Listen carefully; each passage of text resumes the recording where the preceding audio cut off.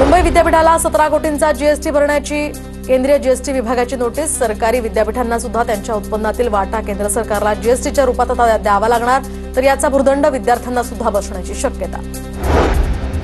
उत्तर मुंबईमध्ये आयुष्मान भारत योजनेला नागरिकांचा मोठा प्रतिसाद। 40,000हून अधिक नागरिकांचा या योजनेला प्रतिसाद असल्याची माहिती, त्यांनी याचा लाभ घेतल्याची माहिती समोर।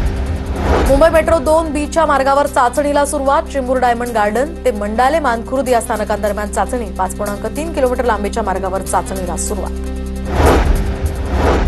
प्रवासी संख्या वाढल्यामुळे रेल्वेकडून आता प्लॅटफॉर्म तिकीट विक्री बंद। गर्दीवर नियंत्रण ठेवण्यासाठी महत्त्वपूर्ण निर्णय।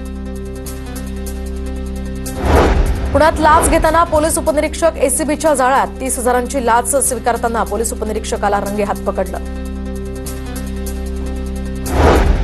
गृहनिर्माण सोसायटी स्थापन झाल्यावर बिल्डरनं 4 महिन्यात जमिनीचे सर्वाधिकार सोसायटीला हस्तांतरित करायलाच हवेत। उच्च न्यायालयाचा महत्त्वपूर्ण निर्वाळा।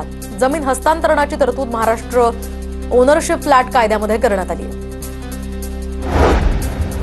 वाशिमच्या रिधोरा समृद्धी टोल नाक्यावर पंढरपूर ते लंडनमध्ये जाणाऱ्या पादुका वारीचं जोरदार स्वागत। तर हरिनामाच्या जयघोषात यावेळी गावकरी तल्लीन। या पादुका दर्शनामुळे मेडशी ग्रामस्थ भारावले। धाराशिवच्या उमरगा तालुक्यातल्या कराळीमध्ये जागरण गोंधळाच्या कार्यक्रमात विषबाधा। 16 जणांना याचा त्रास, त्यांच्यावर सध्या उपचार सुरू।